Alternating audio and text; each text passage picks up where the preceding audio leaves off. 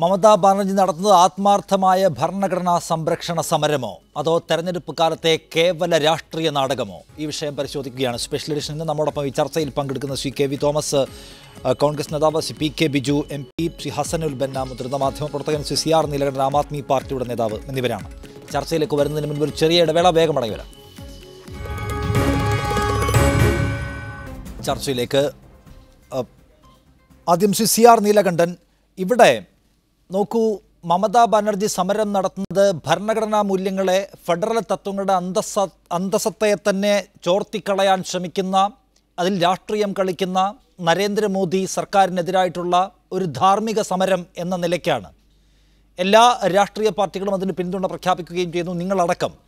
പക്ഷെ അതിനകത്ത് വലിയൊരു അഴിമതി കേസുമായി ബന്ധപ്പെട്ട് CBI നടത്തുന്ന അന്വേഷണ നടപടി എന്ന നിലയ്ക്ക് CBI പോലൊരു അന്വേഷണ സംവിധാനത്തിൻ്റെ വിശ്വാസ്യത ചോർത്താനും അതിനെ അട്ടിമറിക്കാനും ശ്രമിച്ചുകൊണ്ടിരിക്കുന്നു എന്ന് നിങ്ങൾ തന്നെ ആക്ഷേപം ഉന്നയിക്കുന്ന സമയത്ത് CBIയുടെ ഒരു അന്വേഷണ നടപടിയെ തടസ്സപ്പെടുത്തുന്നതിന് പിന്തുണ കൊടുക്കുന്നതിലെ വിരുദ്ധ യുക്തി ചൂണ്ടിക്കാണിക്കപ്പെടുന്നുണ്ടല്ലോ. നിങ്ങളുടെ വിശദീകരണം എന്താണ്? ഒന്നാമത്തെ കാര്യം, CBI ഡൽഹി പോലീസ് മുതലായി ഉപയോഗിച്ച് ഏറ്റവും അധികം ഫെഡറൽ തത്വങ്ങളെ ലംഘിച്ചുകൊണ്ട് അതിൻ്റെ ഏറ്റവും തിക്തമായ ഫലം അനുഭവിച്ച ഒരു പാർട്ടിയുടെ പ്രതിനിധിയാണ് ഞാൻ. അരവിന്ദ് കെജ്രിവാളിൻ്റെ വീട്ടിൽ പോലും അല്ലെങ്കിൽ അദ്ദേഹത്തിൻ്റെ ഓഫീസിൽ പോലും ഒരു മുന്നറിയിപ്പുമില്ലാതെ ഡൽഹി പോലീസും CBIയും കയറി ചെന്ന് കള്ളക്കേസെടുത്ത് 20 കേസെടുത്തതിൽ 19 എണ്ണവും FIR പോലും നിലനിൽക്കുന്നില്ല എന്ന് പറഞ്ഞ് തള്ളിക്കളഞ്ഞു. 20ാമത്തെ വരുന്നുള്ളൂ. ഞാൻ പറഞ്ഞത്, ഇത്തരം നടപടികൾ ഇവരുടെ ഭാഗത്തുനിന്നുണ്ട്. കഴിഞ്ഞ കുറച്ച് ദിവസമായി കൃത്യമായും CBI ചീഫിനെ മാറ്റുന്നതടക്കമുള്ള നിരവധി കാര്യങ്ങൾ നമ്മൾ ചർച്ച ചെയ്തതാണ്. ആ ചർച്ചയിൽ നമുക്ക് വ്യക്തമായൊരു കാര്യം, CBI ഇവരെങ്ങനെ ഉപയോഗിക്കുന്നു, ഇപ്പോൾ ശ്രീകുമാർ സാറിനെ പോലെയുള്ള ആളുകൾ CBI എങ്ങനെ ഉപയോഗിക്കുന്നു എന്നതിനെക്കുറിച്ചൊക്കെ വളരെ വ്യക്തമായി എഴുതിയിട്ടുണ്ട്. CBI എങ്ങനെയാണ് ഒരു സംസ്ഥാനത്ത് ഇടപെടേണ്ടത്? ഞങ്ങൾ മമതാ ബാനർജിയുടെയോ ആരുടെയെങ്കിലുമോ അഴിമതിയെ ന്യായീകരിക്കുന്നില്ല. അഴിമതി ആര് ചെയ്താലും ശിക്ഷിക്കപ്പെടണം, CBIക്ക് അന്വേഷിക്കാൻ അവകാശമുണ്ടെങ്കിൽ ചെയ്യണം. പക്ഷേ ഇവിടെ സംഭവിച്ചതെന്താ? CBI ഇതിൻ്റെ നടപടിക്രമം പാലിച്ചോ? നിരവധി ചോദ്യങ്ങളുണ്ട്. അപ്പോൾ അത് സുപ്രീം കോടതിയിൽ നിൽക്കുകയാണ്. ഇങ്ങനെയാണോ CBI അന്വേഷിക്കേണ്ടത്? ഒരു ഉദ്യോഗസ്ഥൻ, രാജീവ് കുമാർ എന്ന ഉദ്യോഗസ്ഥൻ ഒരിക്കലും അത് കേസിലെ പ്രതിയല്ല, ഒരു അന്വേഷണ ഉദ്യോഗസ്ഥനാണ്. അദ്ദേഹത്തെ പോലെ ഒരാളോട് ചോദിക്കണമെങ്കിൽ തീർച്ചയായും നിങ്ങൾ ആദ്യം അതിൻ്റെ ലെറ്റർ കൊടുക്കണം, അതിൻ്റെ മറുപടി കിട്ടണം. ആ മറുപടി അദ്ദേഹം രേഖാമൂലം കൊടുത്താൽ അതിൽ സംശയമുണ്ടെങ്കിൽ വിളിച്ചു ചോദിക്കാം. അദ്ദേഹം ഇതിൽ ഇപ്പോൾ പ്രതിയല്ല. പൊട്ടൻഷ്യൽ എന്നൊക്കെ പറഞ്ഞാൽ നമുക്ക് പറയാൻ പറ്റില്ല ആരും പ്രതിയാണ്. അപ്പോൾ ആ നടപടിക്രമം പാലിച്ചുവോ? ഒരു സുപ്രഭാതത്തിൽ സംസ്ഥാന ഗവൺമെൻറ്റിനെ പോലും അറിയിക്കാതെ ഓടി വന്ന് ഒരു ഉദ്യോഗസ്ഥൻ്റെ വീട് റെയ്ഡ് ചെയ്യുന്നു. അങ്ങനെ ചെയ്യുമ്പോൾ ഡൽഹിയിൽ ഞങ്ങളെ സംബന്ധിച്ചിടത്തോളം ഞങ്ങളുടെ കയ്യിൽ പോലീസില്ല, പട്ടാളമില്ല. പിന്നെ മാത്രമല്ല, ഞങ്ങൾ 100% കോടതിയെ വിശ്വസിക്കുന്നു. ഇവിടെ മാത്രവുമല്ല, ഇവിടെ ഏറ്റവും പ്രധാനപ്പെട്ട പ്രശ്നം 2013 വന്നൊരു കേസ് ഇപ്പോൾ 2019 ഇനി 60 ദിവസം പോലും തെരഞ്ഞെടുപ്പിന് ഇല്ലാത്തൊരു ഘട്ടത്തിൽ ഇങ്ങനെ ഒരു മഹാസംഭവം കാണിക്കുക. പക്ഷെ ഇതിലിപ്പോ 20 ലക്ഷത്തോളം ആളുകളുടെ ജീവിതത്തെ പിടിച്ചുലച്ച ഒരു സംഭവമാണല്ലോ ഈ അഴിമതി കേസ്, ഈ ശാരദ ചുട്ടി തട്ടിപ്പ് അല്ലെങ്കിൽ ഓസ്വാലി കേസ്. അതുണ്ടാക്കിയ ആഘാതം ചെറുതല്ല എന്ന് നിങ്ങൾക്കും അറിയാം, കോൺഗ്രസ് അടക്കമുള്ള സകല കക്ഷികൾക്കും അറിയാം. ഇനിയിപ്പോൾ അന്വേഷണ ഏജൻസികൾ ഇപ്പോൾ കുറേ കാലതാമസം വന്നു, അല്ലെങ്കിൽ അവർക്ക് രാഷ്ട്രീയ താല്പര്യമുണ്ട് എന്നൊക്കെ ആക്ഷേപമൊക്കെ അവിടെ നിൽക്കട്ടെ. പക്ഷേ ഒരു CBI പോലെ ഒരു അന്വേഷണ സംവിധാനം അന്വേഷണത്തിനായി വരിക, ഇപ്പോൾ പൊട്ടൻഷ്യൽ അക്യൂസ്ഡ്, അദ്ദേഹം ഇപ്പോൾ പ്രതിയല്ല എന്ന നിലപാട് മാത്രമേ CBI സ്വീകരിക്കുന്നുള്ളൂ. ചിലപ്പം ആയേക്കാം, തെളിവുകൾ നശിപ്പിക്കാൻ ശ്രമിച്ചുവെങ്കിൽ അതിൻ്റെ ഗുരുതര പ്രത്യാഘാതം ഉണ്ടാകും എന്ന് കോടതി തന്നെ അദ്ദേഹത്തെ വാൺ ചെയ്യുക കൂടി ചെയ്തിട്ടുണ്ട്. അപ്പോൾ ഇതിനകത്ത് കേവലമായ ചില സാങ്കേതിക നടപടികൾ പ്രശ്നമുണ്ട് എന്നതും മാത്രമാണോ നിങ്ങളുടെ പ്രശ്നം? സി ആർ നീലകണ്ഠൻ, CBIക്ക് അവിടെ വരാം, ഈ കേസിൽ അന്വേഷിക്കാം, അതിൽ തെറ്റൊന്നുമില്ല എന്നതാണോ? അല്ലല്ല, CBIക്ക് അന്വേഷിക്കാം, CBI അന്വേഷിക്കുന്നുണ്ടല്ലോ. പക്ഷേ CBI ഇന്ന് ഫെഡറൽ ഗവൺമെൻറ്റിൻ്റെ സ്വതന്ത്രമായ ഒരു അന്വേഷണ സംവിധാനമല്ല. ഇന്നും ഡൽഹി പോലീസ് ആക്ട് അനുസരിച്ച് രജിസ്റ്റർ ചെയ്ത ഒരു സംഘടനയാണ് CBI. ഞാൻ പറഞ്ഞത്, CBI എങ്ങനെ ഒരു സംസ്ഥാനത്ത് ഇടപെടണം എന്നതിനെക്കുറിച്ച് ഒരു ചട്ടങ്ങളുണ്ട്, നിയമങ്ങളുണ്ട്. മാത്രവുമല്ല, ഇപ്പോൾ ഈ കേസ് എങ്ങനെയെങ്കിലും തെളിയിക്കുക എന്ന ഉദ്ദേശം ഇവർക്കില്ല. കാരണം ഇനിയിപ്പോൾ 60 ദിവസം കൊണ്ട് അല്ലെങ്കിൽ 50 ദിവസം കൊണ്ട് ഈ കേസ് ഈ ഒരു ചോദ്യം ചെയ്ത് അന്വേഷിച്ച് തെളിയിച്ച് കുറ്റവാളികളെ ശിക്ഷിക്കാമോ? ഒരു കൊല്ലം മുമ്പ് ചെയ്യായിരുന്നു. ഓക്കെ, അതിൽ ആത്മാർത്ഥതയിലാണ്. ബിജു അതിന് ഉത്തരം പറയും. അതാമത്തെ കാര്യം, രാജ്യത്തെ എല്ലാ പ്രതിപക്ഷ ചേരിയിലുള്ള പാർട്ടികളും ഈ കാര്യത്തിൽ BJP സർക്കാരിൻ്റെത് രാഷ്ട്രീയമായ താല്പര്യത്തോടെയുള്ള നീക്കമാണ് എന്ന് പറയുകയും മമതാ ബാനർജിക്ക് പിന്തുണ നൽകുകയും ചെയ്യുന്നു. അതിൽ തന്നെ CBIയുടെ ഈ നടപടികളിൽ നമുക്ക് അസാധാരണത്വം എമ്പാടും കാണുകയും ചെയ്യാം. എന്നിട്ട് കൂടി CPIM അക്കാര്യത്തിൽ വളരെ ക്ലിയറായ ഒരു സ്റ്റാൻഡ് ഇല്ലാത്ത എന്തുകൊണ്ടാണ്? അല്ലെങ്കിൽ ഈ കാര്യത്തിൻ്റെ മാത്രം മെറിറ്റ് വെച്ചുകൊണ്ട് മമതയെ പിന്തുണയ്ക്കാത്തത് എന്താണ്? നിഷാദ്, ക്ലിയറായുള്ള സ്റ്റാൻഡുള്ള ഒരു പാർട്ടി CPM ആണ്. അതുകൊണ്ടാണ് ഞങ്ങൾ ഈ നിലപാട് സ്വീകരിക്കുന്നത്. രാജ്യത്ത് അസാധാരണമായിട്ടുള്ള കാര്യങ്ങൾ ഇപ്പോൾ നടന്നുകൊണ്ടിരിക്കുകയാണ്. നമുക്കറിയാം, CBIയുടെ തലവൻ തന്നെ അർദ്ധരാത്രിയിൽ മാറുന്നു. നമ്മുടെ രാജ്യത്തെ 4 സുപ്രീം കോടതി ജഡ്ജിമാർ പരസ്യമായി പത്രസമ്മേളനം നടത്തി പറയുന്നു അവർക്ക് സ്വതന്ത്രമായി പ്രവർത്തിക്കാൻ രാജ്യത്ത് സാധിക്കുന്നില്ല. ഇപ്പോൾ പറഞ്ഞില്ലെങ്കിൽ ചരിത്രം ഞങ്ങളെ കുറ്റക്കാരെന്ന് വിധിക്കും. അതുപോലെ CBCയും മറ്റ് അന്വേഷണ ഏജൻസിയുമെല്ലാം ഇത്തരത്തിൽ ഉപയോഗപ്പെടുത്തുന്നു എന്നതാണ് ഇന്നത്തെ അസാധാരണമായ സ്ഥിതി. പക്ഷേ വെസ്റ്റ് ബംഗാളിലെ സ്ഥിതി എങ്ങനെയാണ് നമ്മൾ കാണേണ്ടത്? വെസ്റ്റ് ബംഗാളിൽ മമതാ ബാനർജിയുടെ ഇപ്പോൾ ഒരു രാഷ്ട്രീയ നാടകം അവരെ സംബന്ധിച്ചിടത്തോളം മുമ്പ് 2011 മുതൽ ഇടതുപക്ഷം ശക്തമായി ഉന്നയിക്കുന്ന ഒരു കേസാണ് ശാരദ ചിട്ടി ഫണ്ടിൻ്റെ കേസും റോസ് വാലി ചിട്ടി ഫണ്ട് കേസും. ഏതാണ്ട് 20 ലക്ഷത്തിൽ വരുന്ന സാധാരണക്കാരായിട്ടുള്ള മനുഷ്യരുടെ പണം 45,000 കോടി രൂപ കട്ടുപിടിച്ച പാവങ്ങളുടെ പണം തട്ടിയെടുത്തൊരു കേസാണ്. അതിനെക്കുറിച്ച് അന്വേഷിക്കണമെന്ന് സുപ്രീം കോടതി 2014 മെയ് മാസം ഉത്തരവിട്ടതാണ്. ആ മെയ് മാസം ഉത്തരവ് ഇട്ട അതേ മാസം തന്നെയാണ് നരേന്ദ്രമോദി അധികാരത്തിൽ വരുന്നത്. ഈ 4.5 വർഷക്കാലം അതിനെക്കുറിച്ച് കാര്യമായിട്ടുള്ള അന്വേഷണം നടത്താത്ത നരേന്ദ്രമോദി ഈ അവസാന 2 മാസമുള്ളപ്പോൾ ഉദ്യോഗസ്ഥന്മാരെ പറഞ്ഞു വിട്ട അന്വേഷണ രീതി യഥാർത്ഥത്തിൽ തെളിയിക്കുക എന്ന ഉദ്ദേശം അല്ല. ഈ കഴിഞ്ഞ 4.5 വർഷവും നരേന്ദ്രമോദി ഈ കേസ് ഉപയോഗിച്ചുകൊണ്ടിരുന്നത് BJPയിലേക്ക് ആളെ കൂട്ടാനാണ്. തൃണമൂൽ MPമാരെ, തൃണമൂൽ പാർട്ടി നേതാക്കന്മാരെ, തൃണമൂലിലെ ജനറൽ സെക്രട്ടറി മുഗൾ റോയ് ഈ കേസിന് പ്രതിയായിരുന്നു. അദ്ദേഹം ഇപ്പം BJPയുടെ പാർട്ടിയുടെ അംഗമാണ്. അതുപോലെ ഇന്നിപ്പോൾ 2 പാർലമെൻറ്റ് മെമ്പർമാർ തൃണമൂലിൻ്റെ, സുമിത്ര ഖാനും അതുപോലെ മറ്റൊരു പാർലമെൻറ്റ് മെമ്പറും ഇപ്പോൾ BJP ചേരുന്നതായി പ്രഖ്യാപിച്ചു കഴിഞ്ഞിരിക്കുന്നു. അപ്പോൾ ഇതൊക്കെ കാണിക്കുന്നത് രാജ്യത്തെ ജനങ്ങളെ കൊള്ളയടിച്ച ഒരു കേസിനെ ഉപയോഗപ്പെടുത്തിക്കൊണ്ട് BJP ഒരു രാഷ്ട്രീയ നേട്ടത്തിന് വേണ്ടി ഉപയോഗിക്കുക. നമുക്കറിയാമല്ലോ, അലോക് വർമ്മയുടെ എപ്പിസോഡ് പൂർണ്ണമാകുന്നതോടെ CBIക്കകത്ത് വേണമെങ്കിൽ ആക്ഷേപം ഉന്നയിക്കാം വിശ്വാസ്യതയുടെ കാര്യത്തിൽ. പിന്നെ താങ്കൾ പറഞ്ഞിട്ടുള്ള വിവിധങ്ങളായ കാര്യങ്ങൾ ചൂണ്ടിക്കാണിക്കാം. CBIയുടെ കാര്യത്തിൽ ഇപ്പോൾ 2014 മെയ്യിൽ വന്ന ഓർഡർ ഇതുവരെ വൈകിപ്പിക്കുന്നു, സുപ്രീം കോടതിയുടെ നിർദ്ദേശം അവഗണിച്ച് കേസ് വൈകിപ്പിക്കുന്നു, ഏറ്റവും അവസാനം വരുന്നു. ഇതെല്ലാം കൂട്ടി വായിക്കുമ്പോൾ CBI പ്രത്യേകമായ താല്പര്യത്തോടെയാണ് അവിടെ ഇടപെടുന്നത് എന്ന കാര്യത്തിൽ തർക്കമൊന്നുമില്ല എന്ന് പറയാം. അപ്പോൾ പിന്നെ നിങ്ങൾക്ക് ഈ കാര്യത്തിൽ ഒരു രാഷ്ട്രീയ ഇടപെടലാണിത്, അതിനെ പിന്തുണയ്ക്കാൻ കഴിയില്ല, നരേന്ദ്രമോദിയുടെ ഇടപെടൽ. അതുകൊണ്ട് ഇക്കാര്യത്തിൽ ഞങ്ങൾ സംസ്ഥാന സർക്കാരിനൊപ്പമാണ് എന്ന് പറയാത്തത് എന്താണ്? അല്ല നിഷാദ്, ഞാൻ പറഞ്ഞു വരുന്നത് അതാണ്. ഞാൻ ചോദിക്കുന്നത്, ജനാധിപത്യത്തെക്കുറിച്ച് വാതോരാതെ പറയുന്ന മമതാ ബാനർജി അവിടെ ഏതെങ്കിലും രാഷ്ട്രീയ പാർട്ടികളെ പ്രവർത്തിക്കാൻ അനുവദിക്കുന്നുണ്ടോ? പഞ്ചായത്ത് തിരഞ്ഞെടുപ്പിൽ സുപ്രീം കോടതി തന്നെയല്ലേ ഇടപെട്ടത്? നോമിനേഷൻ കൊടുക്കാൻ പോലും സമ്മതിക്കാതെ, നോമിനേഷൻ ഇല്ലാതെ തൃണമൂൽ കോൺഗ്രസിൻ്റെ പഞ്ചായത്ത് മെമ്പർമാർ തിരഞ്ഞെടുക്കപ്പെടുന്ന സ്ഥിതിവിശേഷം അവിടെ ഉണ്ടായത് സുപ്രീം കോടതി തന്നെ റദ്ദാക്കിയില്ലേ പല സ്ഥലത്തും. അപ്പം ജനാധിപത്യത്തെക്കുറിച്ച് മമതാ ബാനർജി പറയുന്നത് അവർക്ക് ഈ അഴിമതിക്കാര്യം മറച്ചു വെക്കാനുള്ള ഒരു അവസരമായി ചൂണ്ടിക്കാണിക്കുകയാണ്. ഞാൻ ചോദിക്കട്ടെ, പാർലമെൻറ്റിൽ ലോകസഭയിൽ അവരുടെ ലീഡറല്ലായിരുന്നോ സുദീപ് ബന്ദോപാധ്യായ? ആ സുദീപ് ബന്ദോപാധ്യായ അറസ്റ്റ് ചെയ്തില്ലേ? എന്താ മമതാ ബാനർജി ഇത്ര വലിയ പ്രതികരണം നടത്താതിരുന്നത്? ഇത് കൽക്കത്തയിലെ ഒരു പോലീസ് കമ്മീഷണർ രാജീവ് കുമാർ എന്ന ഒരു IPS ഉദ്യോഗസ്ഥനെ അറസ്റ്റ് ചെയ്യുന്നതിന് വേണ്ടി, അല്ലെ ചോദ്യം ചെയ്യുന്നതിന് വേണ്ടി CBI വരുമ്പോൾ മുഖ്യമന്ത്രി തന്നെ അവിടെ എത്തുകയാണ്.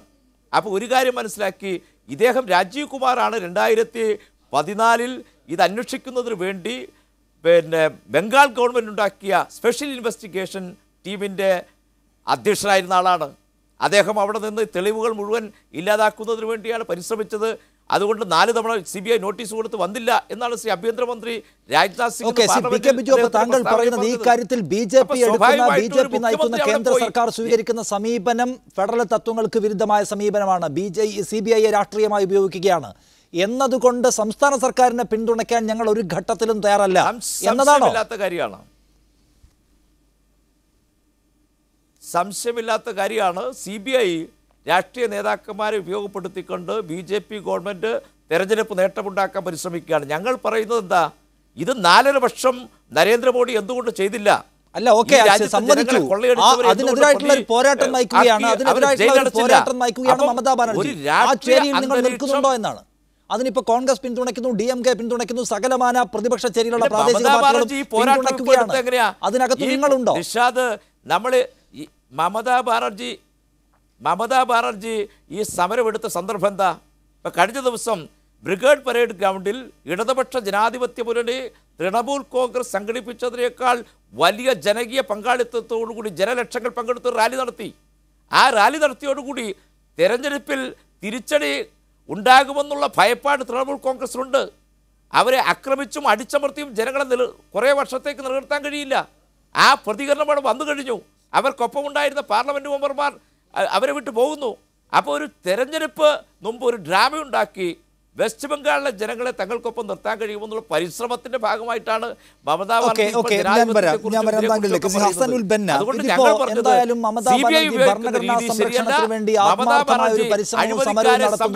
എന്ന നിലയിൽ പരിപൂർണമായും ഈ സമരത്തെ വായിക്കാൻ കഴിയുമോ എന്നറിയില്ല.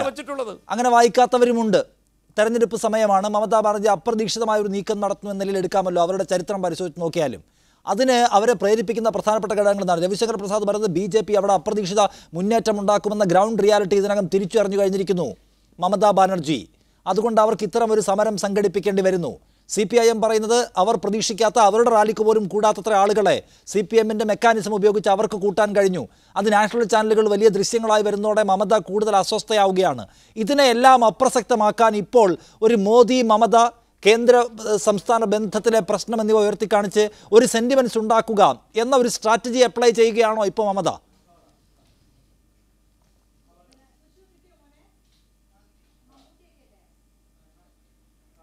മമതയെ ഒരു വില കുറിച്ച് കാണുകയെന്ന ഒരു ബാലിശമായ ഒരു വാദമായിട്ടാണ് എനിക്ക് തോന്നുന്നത്. കാരണം സിംഗൂരും നന്ദിഗ്രാമും ഉപയോഗിച്ച മമതയ്ക്ക് അത്തരമൊരു അവസരം, ഒരു വടി BJP കയ്യിൽ വെച്ച് കൊടുക്കുകയായിരുന്നു ഇന്നലത്തെ സംഭവം. ഇതുപോലൊരു സത്യഗ്രഹത്തിന് മമത കാത്തിരിക്കുകയായിരുന്നു. അങ്ങനെ മോങ്ങാനിരുന്ന പട്ടിയുടെ തലയിൽ തേങ്ങ വീണ് എന്ന് പറയുന്ന അവസ്ഥയിൽ സത്യഗ്രഹത്തിന് കാത്തിരുന്ന മമത രാഷ്ട്രീയമായി സിംഗൂരിനെയും നന്ദിഗ്രാമിനെയും ഉപയോഗിച്ചതുപോലുള്ള ഒരു സുവർണ അവസരം നരേന്ദ്രമോദി ദേശീയ തലത്തിൽ ശ്രദ്ധേയമാകാൻ മമതാ ബാനർജിക്ക് ഒരുക്കി കൊടുത്തൊരു കാഴ്ചയാണ് ഇന്നലെ നമ്മൾ കണ്ടത്. മമതയെ ആ തരത്തിൽ വില കുറച്ച് മമതയെ നാം കാണുന്നതിൽ എനിക്ക് കൃത്യമായ വിയോജിപ്പുണ്ട്. കാരണം മമതാ ബാനർജി നിരന്തരം BJPയോട് തൻ്റെ പാർട്ടി അണികളെയും നേതാക്കളെയും ചോർത്തുന്നതിൽ ഫൈറ്റ് ചെയ്തുകൊണ്ടിരിക്കുന്ന ഒരു നേതാവാണ്.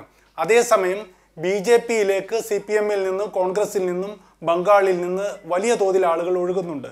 ത്രിപുരയിൽ നിന്ന് ത്രിപുര BJP പിടിച്ചതുപോലെ ബംഗാളിൽ BJPക്ക് പിടിക്കാൻ തടസ്സമുള്ളത് ഇപ്പോൾ തൃണമൂൽ കോൺഗ്രസ് ആണെന്ന തിരിച്ചറിവ് BJPക്കുണ്ട്. അതിന് ഈ കേസിനെ ഉപയോഗിക്കുന്നതിനെയാണ് യഥാർത്ഥത്തിൽ മുഴുവൻ പ്രതിപക്ഷ കക്ഷികളും ഇപ്പോൾ എതിർക്കുന്നത്. അതിൻ്റെ ഏറ്റവും വലിയ തെളിവ് തൃണമൂൽ കോൺഗ്രസിലെ രണ്ടാമനായിരുന്ന മുകുൾ റോയിയെ ജയിലിലേക്കാൻ പാകത്തിൽ എല്ലാവിധ അന്വേഷണവും പൂർത്തിയാക്കിയ ശേഷമാണ് മുകുൾ റോയി ഈ പറയുന്ന BJPയിൽ ചേരുന്നത്. ഇന്ന് നാം മുകുൾ റോയിയെ കാണുന്നത് എവിടെയാണ്?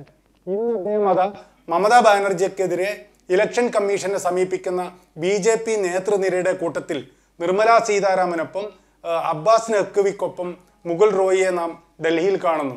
അദ്ദേഹത്തെ CBI വേട്ടയാടുന്നില്ല, അദ്ദേഹത്തെ പിടിക്കാൻ പോകുന്നില്ല. അദ്ദേഹത്തെ പിടിച്ച് ഈ പറയുന്ന ആളുകളുടെ തുക തിരിച്ചു കൊടുക്കുന്നതിനുള്ള നടപടി സ്വീകരിക്കുന്നില്ല. ആയിരുന്നു അസമിലെ ഏറ്റവും ശക്തനായ രാഷ്ട്രീയ നേതാവ്, കോൺഗ്രസിന്റെ തന്ത്രശാലിയായിരുന്ന ഹേമന്ത് ബിശ്വ ശർമ്മ. സർബാനന്ദ സോനോവാളാണ് അസമിൽ മുഖ്യമന്ത്രിയെങ്കിലും ഇപ്പോഴും അസമിലെ സർക്കാരിനെ നിയന്ത്രിക്കുന്നതും നോർത്ത് ഈസ്റ്റ് BJPക്ക് കീഴടക്കി കൊടുത്തതും ഹേമന്ത് ബിശ്വ ശർമ്മയാണ്. ഹേമന്ത് ബിശ്വ ശർമ്മയെ 2014 CBI കൊൽക്കത്തയിലേക്ക് വിളിച്ചു വരുത്തി ചോദ്യം ചെയ്തു. ആ ചോദ്യം ചെയ്ത ബിശ്വശർമ്മക്ക് പിന്നീട് എന്ത് പറ്റി? അദ്ദേഹം BJPയിൽ ചേർന്നു. അപ്പോൾ 2016 അമിത്ഷാ പരസ്യമായി പറഞ്ഞു, ഹേമന്ത് ബിശ്വ ശർമ്മക്കെതിരെയുള്ള ശാരദാ ചിട്ടി കേസ് ഞങ്ങൾ അവസാനിപ്പിച്ചിട്ടില്ല, അത് CBI അന്വേഷണം അതിൻ്റെ വഴിക്ക് പോകും എന്ന് പറഞ്ഞു. പക്ഷേ മുകുൾ റോയിയെയും ഹേമന്ത് ബിശ്വ ശർമ്മയെയും തൊടാതെ പിന്നെ എന്തിനാണ് കൊൽക്കത്തയിലെ ആ പോലീസ് ഹൈക്കമ്മീഷണറുടെ വീട്ടിൽ പോയി ഇത്തരം ഒരു പുകയിലുണ്ടാക്കുന്നത്? ഇത് ഉണ്ടാക്കിയത് തീർച്ചയായും നാം മനസ്സിലാക്കേണ്ടതുണ്ട്. അതിൻ്റെ പിന്നിൽ മറ്റൊരു കാരണം കൂടിയുണ്ട്. കാരണം തൃണമൂൽ കോൺഗ്രസിനോട് അടുത്ത ലോക്സഭാ തെരഞ്ഞെടുപ്പിൽ ബംഗാളിൽ തൃണമൂൽ കോൺഗ്രസിനെ വെല്ലാൻ BJP ഉള്ളൂ എന്ന് അവകാശപ്പെടുമ്പോഴും 40 മണ്ഡലങ്ങളിൽ മത്സരിക്കാൻ BJPക്ക് സ്ഥാനാർത്ഥികളില്ല. അവർ കോൺഗ്രസിലെയും തൃണമൂൽ കോൺഗ്രസിലെയും നേതാക്കളെ പ്രതീക്ഷിച്ചിരിക്കുകയാണ്. ഇന്നിവിടെ ഇപ്പോൾ ബിജു സൂചിപ്പിക്കുകയുണ്ടായി അദ്ദേഹത്തിൻ്റെ കൂടെ ലോക്സഭയിലെ ഇരുന്ന സൗമിത്ര ഖാനെ കുറിച്ച്. ഈ സൗമിത്ര ഖാൻ കഴിഞ്ഞ ജനുവരിയിലാണ് തൃണമൂലിൽ നിന്ന് BJPയിലേക്ക് പോയത്. പോകാനുണ്ടായ കാരണം എന്താണ്? തൃണമൂൽ അദ്ദേഹത്തിന് ടിക്കറ്റ് നിഷേധിച്ചു. ഇവിടെ താങ്കൾ പറയുന്നത് അവിടെ ഏതെങ്കിലും തരത്തിലുള്ള ആഭ്യന്തര ഭീഷണി രാഷ്ട്രീയമായി അവർക്ക് അവിടെ ഇല്ല എന്നാണ്. അങ്ങനെയെങ്കിൽ ഇതിപ്പോ CBI അസാധാരണമാം വിധമുള്ള ഒരു രാഷ്ട്രീയ താല്പര്യത്തോടെ കടന്നു വരുന്നുവെങ്കിൽ അതിനെ നേരിടാം, അതിനെതിരെ പ്രചാരണം നടത്താം, അതിനെ കോടതിയിൽ ചോദ്യം ചെയ്യാൻ പോലെയുള്ള സാധ്യതകൾ മുൻപിലുള്ളപ്പോഴും അപ്രതീക്ഷിതവും പൊതുവെ ആരും സ്വീകരിക്കാത്തതുമായ ഒരു ശൈലിയിലൂടെ അതിനെ നേരിടുകയാണ് മമതാ ബാനർജി ചെയ്തത്. അപ്പോൾ വലിയൊരു അറ്റൻഷൻ അവർക്ക് കിട്ടുന്നു. എല്ലാ പാർട്ടികളും അവരെ പിന്തുണയ്ക്കേണ്ടതിലേക്ക് വരുന്നു. CPIM-നെ ഭയന്നിട്ടല്ല, BJP-യെ ഭയന്നിട്ടല്ല അവരുടെ ആ നീക്കമെങ്കിൽ, അസാധാരണമായ ഈ ഡെമോൺസ്ട്രേഷൻ അവിടെ നടത്തുന്നത് എങ്കിൽ അതിൻ്റെ ഏക കാരണം പ്രതിപക്ഷ ചേരിയിൽ നരേന്ദ്രമോദിയെ നേരിടാൻ ഏറ്റവും കരുത്തുറ്റ നേതാവ് താനാണ് എന്ന പദവി നേടിയെടുക്കുക എന്ന പ്രത്യേകമായ ഉദ്ദേശം അതിനകത്തുണ്ട്. അതിൻ്റെ ഫോക്കസ് അതാണ്.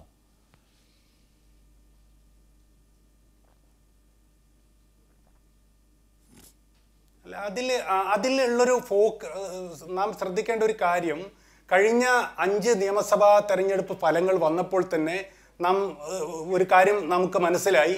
തെലങ്കാന കോൺഗ്രസ് അല്ലാത്തൊരു കക്ഷിക്കാണ് തെലങ്കാനയിൽ ഭൂരിപക്ഷം ലഭിച്ചത്. കോൺഗ്രസിന് 3 സംസ്ഥാനങ്ങൾ ലഭിച്ചപ്പോൾ 2 സംസ്ഥാനങ്ങളിൽ കോൺഗ്രസിനല്ല ലഭിച്ചത്. അതുപോലെ ആയിരിക്കും ലോക്സഭാ തെരഞ്ഞെടുപ്പിലെ ഫലം വരാനിരിക്കുന്നത്. കോൺഗ്രസിന് മാത്രം, രാഹുൽ ഗാന്ധിക്ക് മാത്രം സർക്കാർ രൂപവൽക്കരിക്കാവുന്ന ഒരു സാഹചര്യവും ഇന്ത്യയിൽ നിലനിൽക്കുന്നില്ല. മറിച്ച് ശക്തരായ മമതയെപ്പോലെ, ചന്ദ്രബാബു നായിഡുവിനെ പോലെ, മായാവതിയെയും അഖിലേഷിനെയും പോലെ തങ്ങളുടെ പ്രാദേശിക തട്ടകങ്ങളിൽ ശക്തരായ നേതാക്കളാണുള്ളത്. ഇവരൊക്കെയും പ്രധാനമന്ത്രി പദ മോഹം ഉള്ളവരാണ്, നമുക്ക് നിഷേധിക്കാൻ പറ്റില്ല. അത്തരമൊരു സാഹചര്യത്തിൽ പ്രധാനമന്ത്രി പദ മോഹമുള്ള മമതയ്ക്ക് ഒരു കയ്യിൽ കൊടുത്ത വടിയായി ഇത് എന്നാണ് ഞാൻ നേരത്തെ പറഞ്ഞത്. കാരണം മമതയ്ക്ക് ഇനി ഒരു സഖ്യകക്ഷി സർക്കാർ വരികയാണെങ്കിൽ, ഈ കർണാടകയിൽ ജനതാദളും കോൺഗ്രസും യോജിച്ച പോലെ ഒരു സർക്കാർ വരികയാണെങ്കിൽ 40 MP-മാരെ മമതക്ക് കിട്ടുമെന്ന് വരെ ഇന്ന് പല ബംഗാളി പത്രപ്രവർത്തകരും തമാശ പറയുകയുണ്ടായി. കാരണം അവരൊക്കെ കണക്ക് കൂട്ടിയത് ഒരു 5 or 6 സീറ്റാണ് BJPക്ക് കണക്കൂട്ടിയിരുന്നത്. ആ സമയത്ത് BJP അവകാശപ്പെട്ടിരുന്നത് 13 സീറ്റ് വരെയാണ് ബംഗാളിൽ നിന്ന്. നോർത്ത് ഈസ്റ്റ് ഏറെക്കുറെ അവർക്ക് നഷ്ടപ്പെടുന്ന അവസ്ഥയായി പൗരത്വ ബില്ല് വഴി. അപ്പോൾ ആ 13 സീറ്റ് കണക്ക് കൂട്ടിയ BJPക്ക് ഒരു പക്ഷേ 2 or 3 സീറ്റിലേക്ക് ഒതുങ്ങിയേക്കും എന്ന് വരെ ഇന്ന് ലോക്സഭയിലെ ഈ പറയുന്ന ഒറ്റപ്പെടലിന് ശേഷം, BJPയുടെ ഒറ്റപ്പെടലിന് ശേഷം ബംഗാളിൽ നിന്നുള്ള BJPയെ പിന്തുണക്കുന്ന മാധ്യമപ്രവർത്തകർ ഖേദത്തോടെ പറയുന്നുണ്ട്. എന്തുകൊണ്ട് BJP നേതൃത്വം ഇത് കേൾക്കുന്നില്ല എന്ന് അവർ സങ്കടപ്പെടുന്നുണ്ട്. ആ ഒരു തരത്തിലേക്ക് സിറ്റുവേഷൻ മാറിക്കഴിഞ്ഞു. അവരാണ് പറയുന്നത് നന്ദിഗ്രാം, സിംഗൂർ പോലെ മമതയ്ക്ക് ഇത് ലൈവാക്കി നിർത്താവുന്ന നല്ലൊരു അവസരം ലഭിച്ചിരിക്കുന്നു. മമത ഇത് ലൈവാക്കി നിർത്തും. തേജസ്വി യാദവ് ഇപ്പോൾ അവിടെ എത്തിക്കഴിഞ്ഞു. ഈ സമരപ്പന്തൽ പൊളിച്ചു നീക്കില്ല എന്ന് വരെ ബംഗാളിൽ നിന്നുള്ള മാധ്യമപ്രവർത്തകർ പറയുന്നുണ്ട്. ഓക്കെ, CR നീലകണ്ഠൻ, ഇവിടെ ഈ നമ്മളിപ്പോൾ ഈ പ്രതിപക്ഷ രാഷ്ട്രീയ ചേരിക്കകത്ത് അവർ എത്രത്തോളം ശക്തിയായി മാറുന്നുണ്ട് എന്നാണ്. ഇപ്പോൾ തോറ്റാലും ജയിച്ചാലും എല്ലാം അവർക്ക് ആനുകൂല്യം, അവർ തോറ്റുപോകില്ല എന്ന നിലയുണ്ട്. ജയിച്ചാൽ അവർ നരേന്ദ്രമോദിയെ നേരിടാനുള്ള ഏറ്റവും ശക്തിയുള്ള നേതാവ് എന്നത് നേടും, തോറ്റുപോയാൽ അവർ അതിൻ്റെ ഒരു രക്തസാക്ഷി എന്ന പരിവേഷവും നേടും. അപ്പോൾ അതിനകത്ത് കൂടുതൽ ശക്തി ആർജിക്കുന്നുണ്ട് പ്രതിപക്ഷ ചേരിയിൽ. അവർ എല്ലാവരും പിന്തുണയ്ക്കുന്ന നരേന്ദ്രമോദിയോട് ഈ വിധമുള്ള അസാധാരണമാം വിധമുള്ള ഒരു പോരാട്ട വീര്യം കാഴ്ചവെക്കാൻ കഴിയുന്ന ഒരാളെന്ന നിലയ്ക്ക് പ്രതിപക്ഷ ചേരിയിൽ കൂടുതൽ സ്വീകാര്യത കൈവരിക്കുന്നുണ്ട് മമത എന്ന് താങ്കളും വിചാരിക്കുന്നുവോ? അല്ല, തീർച്ചയായിട്ടും. ഇവിടെ നേരത്തെ ഹസനുൽ ബന്ന പറഞ്ഞ ഒരു കാര്യമുണ്ട്. ഇന്ത്യൻ രാഷ്ട്രീയം ഒരു കേന്ദ്രീകൃത 2 പാർട്ടി സിസ്റ്റത്തിലല്ല നിൽക്കുന്നത് എന്ന് നമുക്കൊക്കെ അറിയാം. പ്രാദേശികമായി വ്യത്യസ്ത കക്ഷികൾ അവരുടെ ശക്തി തെളിയിച്ചുകൊണ്ട് അടുത്ത പാർലമെൻറ്റിൽ BJPക്കെതിരായ എത്തുക. ഇപ്പോൾ അത് UP-യിലാണെങ്കിലും ബീഹാറിലാണെങ്കിലും ഒറീസയിലാണെങ്കിലും മറ്റ് ബംഗാളിലാണെങ്കിലും ഒക്കെ സംഭവിക്കുന്നത് കോൺഗ്രസ് അവിടെ ശക്തമല്ല. അത്തരം സ്ഥലങ്ങളിൽ ഈ പ്രാദേശിക രാഷ്ട്രീയ കക്ഷികൾ ശക്തമായി മുമ്പോട്ട് വന്ന് അവരുടെ ശക്തി തെളിയിക്കും. പിന്നെ എല്ലാവർക്കും പ്രധാനമന്ത്രിയാവണം എന്നുള്ളത് ഇന്ത്യൻ രാഷ്ട്രീയത്തിൽ ഒരു തെറ്റായ കാര്യമൊന്നുമല്ല, എല്ലാവർക്കും തോന്നാം. പക്ഷേ ആ ബന്ധങ്ങളെക്കാൾ അതിന് ഇന്ത്യൻ രാഷ്ട്രീയത്തിൽ മൊത്തത്തിലെടുത്താൽ ഒരു ബലവുമില്ല. കാരണം ഈ തെരഞ്ഞെടുപ്പിൽ ഓരോയിടത്തും സവിശേഷമായ രാഷ്ട്രീയ മുന്നണികൾ തമ്മിലുള്ള ഏറ്റുമുട്ടലാണ്, രാഷ്ട്രീയങ്ങൾ തമ്മിലുള്ള ഏറ്റുമുട്ടലാണ്. കേരളത്തിലുള്ളതല്ല തമിഴ്നാട്ടിൽ, അതല്ല കർണാടകത്തിൽ, ദക്ഷിണേന്ത്യയിൽ പോലും വ്യത്യസ്തമായ രാഷ്ട്രീയ സാഹചര്യങ്ങളുണ്ട്. അതുകൊണ്ട് പരസ്പരം ഏറ്റുമുട്ടുന്ന കക്ഷികൾ പോലും ഒന്നിച്ചു നിന്നുകൊണ്ട് നാളെ കേന്ദ്രത്തിൽ ഒരു സർക്കാർ ഉണ്ടാക്കേണ്ടി വരുമെന്നതിൽ ആർക്കും അഭിപ്രായ വ്യത്യാസമില്ല. ആ ഒരു സാഹചര്യത്തിൽ ഇപ്പോൾ നേരത്തെ BJP നേതാവ് മന്ത്രി പറഞ്ഞല്ലോ, ബംഗാളിൽ BJP വളരുന്നത് കൊണ്ടാണ് അതുകൊണ്ടാണ് മമത എതിർക്കുന്നത്. യഥാർത്ഥത്തിൽ BJPയെ വളർത്താനുള്ളൊരു നാടകം പരാജയപ്പെടുത്താൻ മമതയ്ക്ക് കഴിഞ്ഞു. കാരണം മമത മറ്റ് രാഷ്ട്രീയ കക്ഷികളിൽ നിന്ന്, നേതാക്കളിൽ നിന്ന് വളരെ വ്യത്യസ്തമാണ്. അവരൊരു സ്ട്രീറ്റ് ഫൈറ്ററാണ്, സ്ട്രീറ്റിലാണ് അവരുടെ കളി, അവർ തെരുവിലാണ്. ആ തെരുവിലുള്ള യുദ്ധത്തിൽ BJPക്ക് ഒരിക്കലും മമതയുമായി ഏറ്റുമുട്ടാൻ കഴിയില്ല. CPMന് പോലും പിടിച്ചു നിൽക്കാൻ കഴിയാതെ പോയതാണ്. അത്ര സംഘടനാശേഷിയുള്ള CPMന് പോലും മമതയുടെ സ്ട്രീറ്റ് ഫൈറ്റിൽ പിടിച്ചു നിൽക്കാൻ കഴിഞ്ഞില്ല. അപ്പോൾ ഇവിടെ ബെന്ന പറഞ്ഞ വളരെ പ്രധാനപ്പെട്ട ഒരു കാര്യം, ബംഗാളിന് ഇനി BJPക്ക് വലിയ പ്രതീക്ഷയില്ല എന്ന അവസ്ഥയിലേക്ക് ഇത് കൊണ്ടെത്തിച്ചിരിക്കുന്നു. മറ്റ് കാര്യങ്ങൾ അഖിലേന്ത്യാ തലത്തിൽ എങ്ങനെ വരുമെന്നത് ഇപ്പോൾ നമുക്ക് പറയാൻ പറ്റില്ല. കാരണം ആര് ശക്തമാവും, ആര് ദുർബലമാവും. നമുക്കറിയാം 3 സീറ്റ് മാത്രമുണ്ടായിരുന്ന ദേവഗൗഡ ഇന്ത്യയുടെ പ്രധാനമന്ത്രിയായിട്ടുണ്ട്. അപ്പോൾ അതിനെണ്ണം മാത്രമല്ല പ്രശ്നം, പല സാഹചര്യങ്ങൾ അതിലുണ്ട്. ആ സാഹചര്യം എങ്ങനെ രൂപപ്പെടുമെന്ന് ഇപ്പോൾ പിന്നാലെ പറയാൻ കഴിയും. നമ്മൾ ആദ്യം പറഞ്ഞതിലേക്ക് തന്നെ വീണ്ടും ഞാൻ വരികയാണ്. എല്ലാവരും അത് ചൂണ്ടിക്കാണിക്കുന്നു. നരേന്ദ്രമോദി സർക്കാർ ഇതിനെ ഒരു ടൂളായി ഉപയോഗിക്കുന്നു. നിങ്ങൾ തന്നെ പറയുന്നു ഇത് കറപ്റ്റഡ് ആണെന്നുള്ള ആക്ഷേപം നിങ്ങൾക്കുണ്ട്, ഇത് പൊളിറ്റിസൈസ്ഡ് ആണെന്നുള്ള ആക്ഷേപമൊക്കെ നിങ്ങൾക്കുണ്ട്. ഇപ്പം നേരത്തെ CR ചൂണ്ടിക്കാണിച്ച പോലെ ഒരു നിലയ്ക്കുമുള്ള മര്യാദയും നിയമവും പാലിക്കാതെയാണ് അവിടെ വരുന്നത്. തെരഞ്ഞെടുപ്പ് കാലത്ത് അവിടെ ഇപ്പോൾ കേന്ദ്രസേനയെ ഉപയോഗിക്കുന്നതിന് പോലും വ്യവസ്ഥാപരമായ വിലക്കുകളുണ്ടല്ലോ, അതെല്ലാം മറികടന്നുകൊണ്ടുള്ള ഇടപെടലാണ് അവിടെ നടത്തുന്നത് എന്ന് നമുക്കറിയാം. അതുകൊണ്ടാണ് BJP ആണ് പ്രധാനപ്പെട്ട ശത്രു, മറ്റെല്ലാത്തിനേക്കാളും വലിയ ശത്രു എന്നത് തിരിച്ചറിയുകയും അതിനിപ്പുറത്ത് എല്ലാ പാർട്ടികളും ഒരുമിക്കുകയും മമതയെ വിളിച്ച് പിന്തുണ അറിയിക്കുകയും നേരിട്ട് പോയി അറിയിക്കുകയും ഒക്കെ ചെയ്യുന്നത്. അക്കാര്യത്തിൽ ഇത് ഒരു പാൻ ഇന്ത്യൻ നോട്ടം നോക്കുമ്പോൾ നിങ്ങൾ ഒറ്റപ്പെട്ട് നിൽക്കുകയാണ് എന്ന് തോന്നുന്നില്ലേ ബിജു? അങ്ങനെ തോന്നുന്നുണ്ട്. നിഷാദ്, ഇതിനകത്ത് കാണേണ്ടത് നമ്മൾ തുടർച്ചയായി നടത്തിക്കൊണ്ടിരിക്കുന്ന ഒരു പ്രക്ഷോഭം, അതിൻ്റെ ഭാഗമായി സുപ്രീം കോടതിയിൽ പോവുകയും ആ സുപ്രീം കോടതിയിൽ അന്വേഷണം പ്രഖ്യാപിക്കുകയും അതിൻ്റെ ഒരു ഘട്ടത്തിൽ അന്വേഷണം നടന്നുകൊണ്ടിരിക്കുന്ന ഘട്ടത്തിൽ നിലപാട് മാറ്റി ഒളിച്ചോടാൻ പറ്റുന്ന പാർട്ടിയല്ല CPM. ഞങ്ങൾ ഉയർത്തിപ്പിടിച്ച നിലപാട് രാജ്യത്ത് 45,000 കോടിയുടെ കുംഭകോണം അന്വേഷിച്ച് നഷ്ടപ്പെട്ട പാവപ്പെട്ടവർക്ക് ഈ പണം കൊടുക്കണം. ഞങ്ങൾ 2011 തൊട്ട് പറയുന്നു, ഈ പണം ഉപയോഗിച്ചാണ് 8 ചാനൽ ഇവർക്കുണ്ട്. സമ്മതിച്ചു, അതൊക്കെ സമ്മതിച്ചു. BJP തന്നെ ചൂണ്ടിക്കാണിക്കുന്ന കാര്യമുണ്ട്. കോൺഗ്രസ് നേരത്തെ ഈ കാര്യത്തിൽ സ്വീകരിച്ച സമീപനം എന്താണ്? രാഹുൽ ഗാന്ധി അടക്കമുള്ള ആളുകൾ ശാരദാ തട്ടിപ്പ് കേസുമായി ബന്ധപ്പെട്ട് എടുത്തിട്ടുള്ള നിലപാടുകൾ ചൂണ്ടിക്കാണിക്കുകയാണ്. നിങ്ങൾക്ക് ഓർമ്മ വരട്ടെ എന്ന് പ്രാർത്ഥിക്കുകയാണ്. കാരണം ഈ കർശനമായ നിലപാട് സ്വീകരിച്ചവരാണ് കോൺഗ്രസ് അടക്കമുള്ള പാർട്ടികൾ. പക്ഷേ ഈ ഘട്ടത്തിൽ BJP എടുക്കുന്നത് ശരിയായ നിലയല്ല. ഇതിനകത്ത് ആ പഴയ കഥ പറയുകയല്ല ചെയ്യേണ്ടത്. ആത്മാർത്ഥമായ അന്വേഷണത്തിനുള്ള വരവല്ല ഇതെന്ന് തിരിച്ചറിയുകയും ഇത് ഫെഡറൽ സംവിധാനത്തിനകത്ത് രാഷ്ട്രീയ താല്പര്യം കുത്തിക്കയറ്റാനുള്ള പരിപാടിയുടെ ഭാഗമാണെന്ന് തിരിച്ചറിയുകയും ചെയ്യും. കോൺഗ്രസ് അടക്കമുള്ള പാർട്ടികൾ അവരെ പിന്തുണയ്ക്കുന്നു. നിങ്ങൾക്കത് ചെയ്തുകൂടെ? ഇതിൻ്റെ മെറിറ്റിൻ്റെ അടിസ്ഥാനത്തിൽ ശാരദാ കേസിൽ നിങ്ങൾക്കും കോൺഗ്രസിനും എല്ലാം ഒരേ നിലപാടാണ്. നിഷാദ്, അത് പാർലമെൻറ്റിനകത്തും പാർട്ടിയുടെ പോളിറ്റ് ബ്യൂറോയുടെ പ്രസ്താവനയും ഞങ്ങൾ സുവ്യക്തമായി പറഞ്ഞിട്ടുണ്ട്. നരേന്ദ്രമോദി രാജ്യത്ത് ഇത്തരം കള്ളന്മാരെ പിടിക്കണമെങ്കിൽ അദ്ദേഹത്തിൻ്റെ നാടായിട്ടുള്ള ഗുജറാത്ത് ഗവൺമെൻറ് തന്നെ ചൂണ്ടിക്കാണിച്ച കള്ളനായിരുന്നു നീരവ് മോദി. ആ നീരവ് മോദിയെ കൊണ്ടാണ് അദ്ദേഹം ലാവോസിലെ ലോക സാമ്പത്തിക ഫോറത്തിൻ്റെ സമ്മേളനത്തിൽ പങ്കെടുക്കാൻ പോയത്. അദ്ദേഹം കോടിക്കണക്കിന് രൂപ കൊള്ളിക്കടിച്ച് വിദേശത്ത് രക്ഷപ്പെട്ടില്ല. അങ്ങനെ എത്രയോ ആളുകൾ. അപ്പം സാമ്പത്തിക തട്ടിപ്പിൻ്റെ കാര്യത്തിൽ പിടിക്കുന്നതിൽ ആത്മാർത്ഥത ഇവർ കാണിക്കുന്നില്ല എന്ന കാര്യം ഞങ്ങൾ ചൂണ്ടിക്കാണിച്ചിരുന്നു. പക്ഷേ അത്തരമൊരു അന്വേഷണം നടക്കുന്ന ഘട്ടത്തിൽ അതിനെ രാഷ്ട്രീയമായി ഉപയോഗിക്കാനാണ് ഇപ്പം മമതയും അതുപോലെ നരേന്ദ്രമോദിയും ശ്രമിക്കുന്നത്. പാർലമെൻറ്റിൽ 4.5 വർഷക്കാലം നരേന്ദ്രമോദിക്കൊപ്പം ഭായി നിലപാടല്ലേ മമത അതുപോലെ മോദിയും സ്വീകരിച്ചത്. അപ്പം പെട്ടെന്ന് ആ നിലപാട് തെറ്റിയപ്പോഴാണ് അന്വേഷണവും അതുപോലെ ആളെ കൂട്ടാനുമുള്ള നടപടി വരുന്നത്.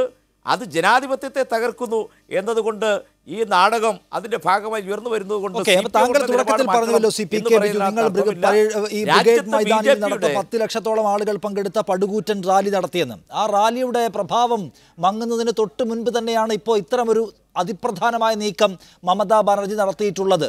വലിയ തോതിലുള്ള അറ്റൻഷൻ അവർക്ക് കിട്ടുന്നു.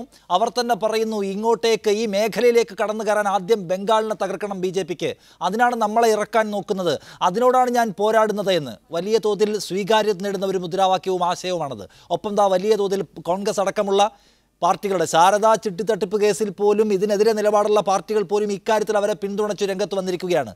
നിങ്ങളുടെ ഒരു അതിനിർണായകമായ നീക്കം അപ്രസക്തമാക്കി കളയാൻ തക്ക ബുദ്ധി മമത കാണിച്ചു, അങ്ങനെയല്ലേ ബിജു? അല്ല നിഷാന്ത്, ഇതിനകത്ത് കാണേണ്ടത് കോൺഗ്രസിനെ സംബന്ധിച്ചിടത്തോളം അവർ അഴിമതിയല്ലേ BJP അധികാരത്തിൽ കൊണ്ടുവന്നത്. അതുകൊണ്ട് അഴിമതിക്കെതിരായിട്ടുള്ള കർക്കശമായ നിലപാട് ഒരു കാലത്തും കോൺഗ്രസ് സ്വീകരിച്ചിട്ടില്ല. അതവർക്ക് വലിയ നഷ്ടമേ ഉണ്ടാക്കുള്ളൂ. കാരണം 10-20 ലക്ഷം ജനങ്ങൾ വെസ്റ്റ് ബംഗാളിൽ മാത്രമല്ല ആസാമിലും ജാർഖണ്ഡിലും ഒറീസയിലും എല്ലാം ഈ തട്ടിപ്പിൻ്റെ വ്യാപ്തി വലുതാണ്. അതുകൊണ്ടാണ് സുപ്രീം കോടതി പറഞ്ഞത് ഇതൊരു അന്താരാഷ്ട്ര ബന്ധം ഈ കാര്യത്തിലുണ്ട്, ഈ സാമ്പത്തിക തട്ടിപ്പിൽ. അതുകൊണ്ട് ഒരു സംസ്ഥാനത്ത് മാത്രം അന്വേഷണം ഒതുക്കിയാൽ പോരാ, ഫലപ്രദമായി അന്വേഷിക്കണം എന്നാണ് 2014 സുപ്രീം കോടതി ഉത്തരവ് അതിൻ്റെ ഭാഗമായി വന്നിട്ടുള്ളതാണ്. അതിൻ്റെ അന്വേഷണം നീട്ടിക്കൊണ്ടുപോയി രാഷ്ട്രീയമായി ഉപയോഗിച്ചു എന്നത് ശരിയാണ്.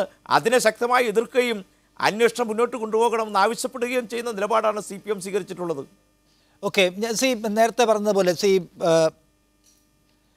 CR നീലകണ്ഠൻ, ഇവിടെ ഇദ്ദേഹം പറഞ്ഞൊരു കാര്യമുള്ളൂ. ഇന്നലെ ഇപ്പോൾ 10 ലക്ഷത്തോളം ആളുകളെ പങ്കെടുപ്പിച്ചുകൊണ്ട് വലിയൊരു റാലി നടത്തി. ഇപ്പോൾ CPIM അത്രയും അധികം ആളുകളുടെ വോട്ടാക്കാൻ കഴിയുമോ എന്നറിയില്ല. പക്ഷേ അവരുടെ മെക്കാനിസം, ഒരു മിഷനറി അവിടെ പ്രവർത്തിക്കുന്നുണ്ട്. പാർട്ടിയുടെ ഇത്രയധികം ആളുകളെ സംഘടിപ്പിക്കാനും പരിപാടി സംഘടിപ്പിക്കാനും. ഇതിന് മുൻപ് നടന്നിട്ടുള്ള മഹാറാലിയേക്കാൾ കൂടുതൽ വലിയ സംഗമം അല്ലെങ്കിൽ വലിയ ദേശീയ ചാനലുകൾ പോലും ശ്രദ്ധിക്കുന്ന തരത്തിലുള്ള വലിയ ഒരു റാലി സംഘടിപ്പിക്കാൻ കഴിഞ്ഞുവല്ലോ.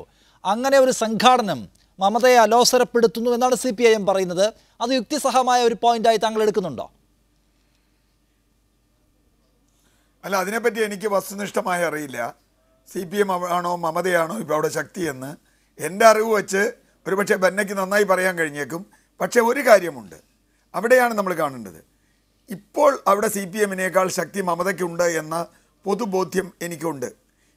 ഇത് നമ്മുടെ നാട്ടിൽ പ്രാദേശിക രാഷ്ട്രീയത്തിൻ്റെ ഒരു പരിമിതിയാണ്. ഇപ്പോൾ ഉദാഹരണത്തിന് കേരള ഗവൺമെൻറ്റിനെതിരായി ദേശീയമായ ഏതെങ്കിലും തരത്തിലുള്ള ഭരണഘടനാ വിരുദ്ധമായ അല്ലെങ്കിൽ അതുപോലുള്ള നടപടി കേന്ദ്രം സ്വീകരിച്ചാൽ കേരളത്തിലെ കോൺഗ്രസ്സുകാർ അതിനെ എതിർക്കുകയും ചെയ്താൽ ഇപ്പോൾ ബിജു പറയുന്ന പോലുള്ള നിലപാടാവും.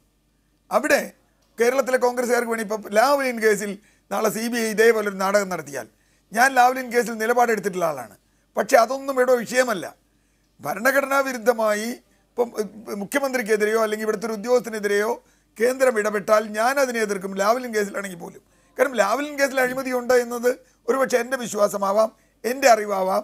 പക്ഷേ അതിൻ്റെ പേരിൽ CBI ഒരു നിലപാടെടുത്താൽ അതിനെ നമുക്ക് അംഗീകരിക്കാൻ പറ്റില്ല.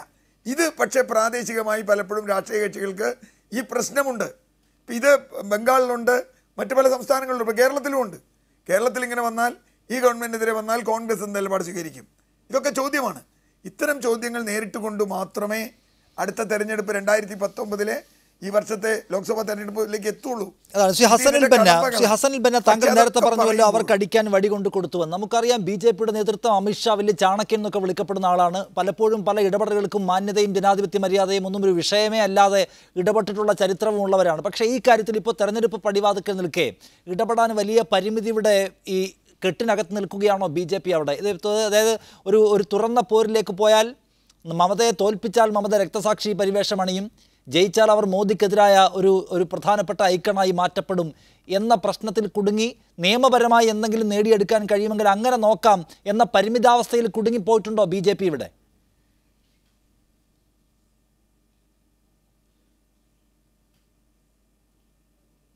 അല്ല, BJP ഇത്തരം ഒരു കളി കളിച്ച് എന്തുകൊണ്ടോ നിർഭാഗ്യവശാൽ അമിത്ഷായും മോദിയും നമുക്കറിയാവുന്ന പോലെ പാർട്ടിയിൽ ഒറ്റപ്പെട്ട് നിൽക്കുകയാണല്ലോ. അമിത്ഷാക്കെതിരെ മോദിക്കെതിരെ നിരന്തരം നിതിൻ ഗഡ്കരി മുനവെച്ച് സംസാരിച്ചു കൊണ്ടിരിക്കുന്നുണ്ട്.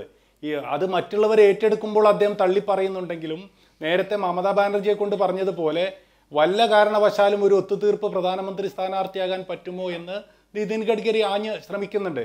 മറ്റ് നേതാക്കൾ ആരും തന്നെ അമിത്ഷായുടെയും മോദിയുടെയും രക്ഷക്കെത്തുന്നില്ല. കാരണം ഇവർ രണ്ടുപേരുമാണ് ഇന്ന് BJP നിയന്ത്രിക്കുന്നത്.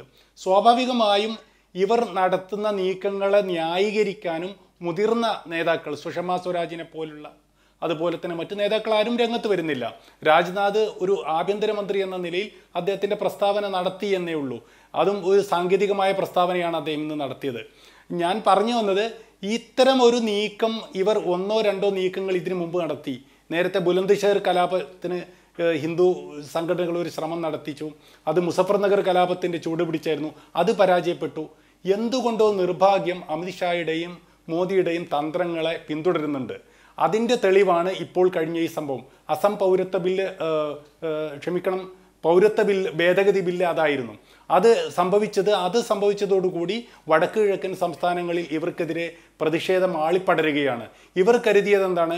ഈ പൗരത്വ ബില്ല് കൊണ്ടുവന്നാൽ ബംഗാളി ഹിന്ദുക്കളെ തങ്ങളെ കൂടെ നിർത്തി ബംഗാളിൽ തങ്ങൾക്കത് അനുകൂലമാക്കാം എന്നായിരുന്നു കണക്ക് കൂട്ടിയിരുന്നത്. അതിൻ്റെ തുടർച്ചയായിട്ടായിരുന്നു യഥാർത്ഥത്തിൽ ഈ നീക്കം നടത്തിയത്. ബംഗാളിൽ ഒന്നുകൂടെ ആഞ്ഞു പിടിച്ച് മമതയുടെ ഏറ്റവും അടുത്ത ഉദ്യോഗസ്ഥരെ പിടിച്ച് കേസിൽപ്പെടുത്തി അവരെ ആരെങ്കിലുമൊക്കെ ജയിലിൽ അടച്ച് പേടിപ്പിച്ച് നിർത്തി വഴിക്ക് നിർത്താമെന്നായിരുന്നു കണക്കുകൂട്ടൽ. ഇക്കാര്യം ഇന്ന് ഒഡീഷയിലെ ബിജു ജനതാദളിൻ്റെ നേതാവ് നവീൻ പട്നായിക് പറയുകയും ചെയ്തു. കാരണം ഒഡീഷയിൽ പഞ്ചായത്ത് തെരഞ്ഞെടുപ്പിന് മുമ്പ് ഇതേപോലെ CBIയെ വെച്ച് ഒരു പണി ചെയ്തു. പഞ്ചായത്ത് തെരഞ്ഞെടുപ്പിൽ നേട്ടമുണ്ടാക്കാൻ BJPക്ക് കഴിഞ്ഞു. അപ്പോൾ അതേ തന്ത്രമാണ് ബംഗാളിൽ ആവർത്തിച്ചതെന്നാണ് ഇന്ന് നവീൻ പട്നായിക് തന്നെ പറയുന്നത്. പക്ഷേ ഇവിടെ സംഭവിച്ചത് അമിത്ഷായുടെയും മോദിയുടെയും കണക്ക് കൂട്ടലുകൾ തെറ്റി. ഇത് മമതാ ബാനർജിയാണ്, മറ്റ് മുഖ്യമന്ത്രിമാരെ പോലെയല്ല. അവർ ഒരിക്കലും രാജ്യത്ത് സംഭവിക്കാത്ത ഒരു നീക്കത്തിൽ CBI ഉദ്യോഗസ്ഥരെ ലോക്കൽ പോലീസിനെ കൊണ്ട് പിടിച്ചു കൊണ്ടുപോയി സ്റ്റേഷനിലിട്ടു.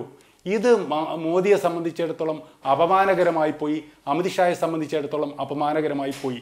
ഇന്ന് ആഭ്യന്തരമന്ത്രി ലോക്സഭയിൽ സംസാരിക്കുമ്പോൾ എന്തുമാത്രം പരാജയമാണ് മാനസികമായി BJP അംഗീകരിച്ചതെന്ന് അദ്ദേഹത്തിനോടൊപ്പം നിൽക്കുന്ന MP-മാരുടെ മുഖങ്ങളിൽ നിന്ന് നമുക്ക് വായിക്കാൻ കഴിയും. ഇവിടെ നേരത്തെ സൂചിപ്പിക്കപ്പെട്ട സൗമിത്ര ഖാൻ BJPയിലേക്ക് കഴിഞ്ഞ മാസം അയാൾ മാറി BJPയെ പിന്തുണച്ച് മമതയെ എതിർത്ത് സംസാരിക്കുന്നതിനിടയിൽ ഒരിക്കലും ലോക്സഭയിൽ കാണാത്ത കാഴ്ചയാണ്.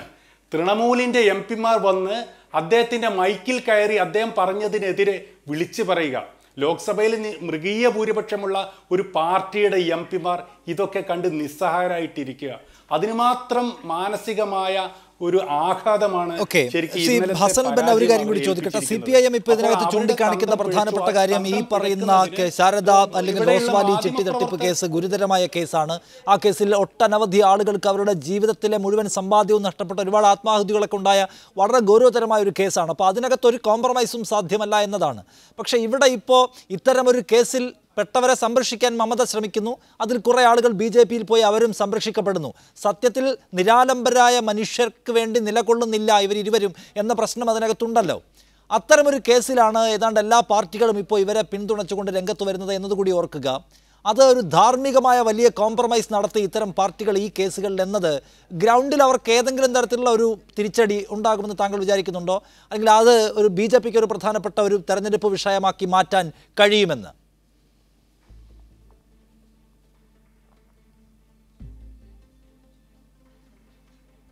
ഒരിക്കലും എന്നോടല്ലേ ചോദിച്ചത്?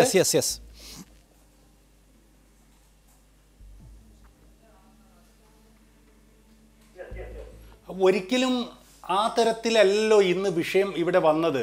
ഡി രാജ ഇക്കാര്യം വ്യക്തമായി പറയുകയുണ്ടായി. ഇപ്പോൾ CR നീലകണ്ഠൻ ഇവിടെ സംസാരിച്ച പോലെ ഈ കാര്യം കെജ്രിവാളും പറയുകയുണ്ടായി. ഈ തട്ടിപ്പിലുള്ള വിഷയമല്ല ഇവിടെയുള്ളത്. കെജ്രിവാളിൻ്റെ അടുക്കള മുറിയിൽ പോലും ഈ പറയുന്ന ഡൽഹി പോലീസിലെ ഉദ്യോഗസ്ഥർ പ്രവേശിച്ചത് പോലുള്ള ഒരു ഫെഡറൽ സംവിധാനത്തെ തകർക്കുന്ന തരത്തിലുള്ള ഒരു കടന്നുകയറ്റമാണ് സംഭവിച്ചത്. നേരത്തെ ലാവ്ലിൻ കേസിൻ്റെ കാര്യം പറഞ്ഞ പോലെ കേരളത്തിൻ്റെ DGP ബെഹ്റയെ അല്ലെങ്കിൽ ഒരു മുഖ്യ പോലീസ് ഓഫീസറെ ഈ തരത്തിൽ നേരിട്ട് വന്ന് ഇങ്ങനെ കൈകാര്യം ചെയ്യാൻ തുനിഞ്ഞാൽ രാജ്യത്തെ ജനാധിപത്യ സംവിധാനവും ഭരണഘടനയും എത്തിപ്പെടുന്ന സാഹചര്യം എന്തായിരിക്കുമെന്നാണ് ആം ആദ്മി പാർട്ടിയുടെ കെജ്രിവാളും അതുപോലെ തന്നെ CPIയുടെ ഡി രാജയും ചോദിക്കുന്നത്. പക്ഷേ കോൺഗ്രസും ആം ആദ്മി പാർട്ടിയും അടക്കമുള്ള പാർട്ടികൾ എല്ലാവരും CBI പൊളിറ്റിസൈസ്ഡ് ആണ്, രാഷ്ട്രീയമായി ഉപയോഗിക്കുന്നു, അതിന്റെ സംവിധാനം തകർക്കുന്നു, അല്ലെങ്കിൽ അവർക്ക് ശേഷിയില്ലാതാക്കുന്നു എന്ന വിമർശനം ഉന്നയിക്കുമ്പോൾ BJP പറയുന്നത് ഒരു കേസിൽ, ഒരു വളരെ പ്രമാദമായ ഒരു കേസിൽ അന്വേഷണം നടത്താൻ വരുന്ന ഏജൻസിയെ തടഞ്ഞു വെക്കുക, അവരെ അറസ്റ്റ് ചെയ്യുക, അവരെ നിരായുധരാക്കുക എന്ന നടപടി സ്വീകരിക്കുകയാണ് മമതാ ബാനർജി. സുപ്രീം കോടതിയുടെ നിർദ്ദേശപ്രകാരം ഉണ്ടാകുന്ന ഒരു നടപടിയായിട്ട് കൂടി അതിനെ തടയാൻ തയ്യാറെടുക്കുകയാണ് ഇവർ. അങ്ങനെയുള്ളവർക്ക് പിന്നെ CBI പൊളിറ്റിസൈസ്ഡ് ആവുന്നു, അല്ലെങ്കിൽ CBI ദുർബലപ്പെടുത്തുന്നു എന്ന വിമർശനം ഉന്നയിക്കാൻ എന്ത് അധികാരമെന്ന് BJP തിരിച്ചും ചോദിച്ചേക്കാം.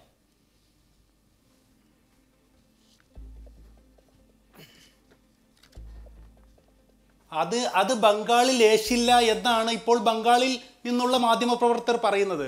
അതിനവർ പറയുന്നത് മുകുൾ റോയിയാണ് ഇതിലെ ഒന്നാം പ്രതി, ഇതിലെ മുഖ്യപ്രതി മുകുൾ റോയിയാണ്.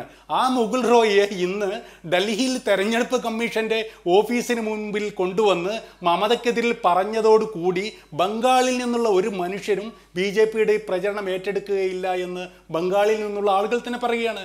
സ്വയം പരിഹാസ്യരായി തീരുകയാണ്. അപ്പോൾ ഇത്രത്തോളം ബംഗാളികൾ ചോദിക്കുന്നുണ്ട്, ഇവർ ബംഗാളികളെ ഇത്ര കണ്ട് വിഡ്ഢികളാക്കാനാണോ BJP കരുതുന്നതെന്ന്. കാരണം മുകുൾ റോയ് എന്ന് പറയുന്ന പ്രധാന പ്രതിയെ മമതയ്ക്കെതിരായ പോരാട്ടത്തിൽ മുന്നിൽ നിർത്തി തങ്ങൾ അഴിമതിക്കെതിരെ പോരാട്ടം നടത്തുകയാണെന്ന് പറഞ്ഞാൽ ആരാണത് വിശ്വസിക്കുക? ഞാൻ പറയാം. ശ്രീ KV തോമസ് നമ്മോടൊപ്പമുണ്ട്. ശ്രീ KV തോമസ്, അദ്ദേഹം വൈകിയാണ് ഈ ചർച്ചയുടെ ഭാഗമാകുന്നത്. ശ്രീ KV തോമസ്, ഇന്ന് BJP നിങ്ങളെ ഓർമ്മിപ്പിക്കുന്ന ഒരു വളരെ പ്രധാനപ്പെട്ട കാര്യം, ശാരദ റോസ്വാലി ചിട്ടി തട്ടിപ്പ് കേസിൽ വളരെ കർക്കശമായ നിലപാട് സ്വീകരിച്ചവരാണ് നിങ്ങൾ.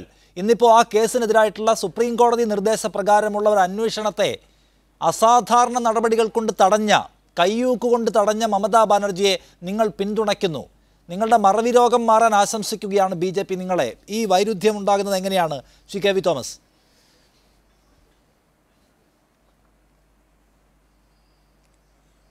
ഇന്ത്യയിലെ ഏറ്റവും പ്രധാനപ്പെട്ട ഇൻവെസ്റ്റിഗേറ്റിംഗ് ഏജൻസിയാണ് CBI. അതിൻ്റെ ക്രെഡിബിലിറ്റിയും വിശ്വസ്തതയും തകർന്നിരിക്കുന്നു. ഗവൺമെൻറ്റിൻ്റെ കയ്യിലെ ഒരു കുരങ്ങാണ് ഇത്. അതുകൊണ്ടാണ് ഇത്തരം സംഭവങ്ങൾ വരുമ്പോൾ ജനങ്ങൾ വിശ്വസിക്കാതെ വരുന്നത്. തെറ്റ് ചെയ്തിട്ട് മമത എല്ലാ ആരാണെങ്കിലും അത് അന്വേഷിക്കുകയും കണ്ടുപിടിക്കുകയും ശിക്ഷിക്കുകയും ചെയ്യണം. ഏതായാലും ഈ കേസ് സുപ്രീം കോടതിയുടെ ആണ് സൂപ്പർവൈസ് ചെയ്യുന്നത്. അപ്പം അതിന് ഭയപ്പെടേണ്ട കാര്യമില്ല. പക്ഷെ എന്തിനാണ് ഈ നാടകം? വൈകുന്നേരം 4 മണിക്കല്ലേ ചെല്ലുന്നത് CBI ഉദ്യോഗസ്ഥന്മാർ? ആ ഒരു നാടകമാണോ CBIയുടെ ഡയറക്ടർ മാറ്റിയപ്പോൾ ചെയ്തത്? പിന്നെ ഈ ഗവൺമെൻറ്റിനെതിരായിട്ട് എത്ര ആരോപണം വന്നിട്ടുണ്ട് നമുക്കറിയാം. പിന്നെ യുദ്ധവിമാനത്തിൻ്റെ കാര്യത്തിൽ എന്തുകൊണ്ട് JPC വെച്ചില്ല? അപ്പോൾ ഈ ഗവൺമെൻറ്റിൻ്റെ സത്യസന്ധതയെക്കുറിച്ച്, ഉദ്ദേശശുദ്ധിയെക്കുറിച്ച് ജനങ്ങൾക്ക് വളരെ ഗവൺമെന്റ് സത്യസന്ധതയെക്കുറിച്ച് നമുക്ക് എന്താ ആക്ഷേപമുണ്ട് എന്നതിൽ തർക്കമില്ല. ഇതിൽ തന്നെ ശാരദാ ചിട്ടി തട്ടിപ്പ് കേസിൽ തന്നെ BJPയുടെ പക്ഷം നിൽക്കുന്ന ആളുകളെ സംരക്ഷിച്ചുകൊണ്ട് ബാക്കിയുള്ളവരെ വേട്ടയാടാനാണ് ശ്രമിക്കുന്നത്. അതുകൊണ്ട് തന്നെ ആത്മാർത്ഥത എന്നത് എക്സ്പോസ്ഡ് ആണ്. അതിലെ കള്ളത്തരം തർക്കമില്ലതാനും. CBI വന്നിട്ടുള്ളത് ചട്ടങ്ങൾ ലംഘിച്ചാണ് എന്ന് നമുക്കറിയാം. അതിന് പക്ഷേ കൈകാര്യം ചെയ്യുന്ന ഒരു രീതിയുടെ അസാധാരണത്തെക്കുറിച്ചാണ് ഞാൻ പറഞ്ഞത്. ഇപ്പോൾ അതിന് പ്രശ്നമുണ്ടെങ്കിൽ അത് കോടതിയിൽ അറിയിക്കാമല്ലോ. ചട്ടം ലംഘിച്ചാണ് വരുന്നത്, ഇവിടെ സ്റ്റേറ്റിനെ അറിയിച്ചിട്ടില്ല, പെർമിഷൻ ഇല്ല പോലുള്ള കാര്യങ്ങൾ ഉന്നയിക്കാം. അതിൽ തന്നെ ശാരദാ തട്ടിപ്പ് കേസിൽ നിങ്ങളുടെ പക്ഷം നിൽക്കുന്നവരെ നിങ്ങൾ സംരക്ഷിക്കുന്നു എന്ന രാഷ്ട്രീയ പ്രചാരണവുമാകാം. പക്ഷേ ഇങ്ങനെ അവരെ അറസ്റ്റ് ചെയ്യുക, അവരെ കായികമായി നേരിടുക എന്നത് എല്ലാ ഘട്ടത്തിലും സ്വീകരിക്കാവുന്ന ഒന്നാണോ? നാളെ ഇവിടെ പിണറായി വിജയനുമായി ബന്ധപ്പെട്ടൊരു കേസിൽ വന്നാൽ ഇവിടുത്തെ സർക്കാരിനും ഈ നില സ്വീകരിക്കാമോ ഒരു കേന്ദ്ര അന്വേഷണ ഏജൻസിയോട്? അത് ആശാസ്യമായ ഒരു നടപടിയാണോ എന്നതാണ്.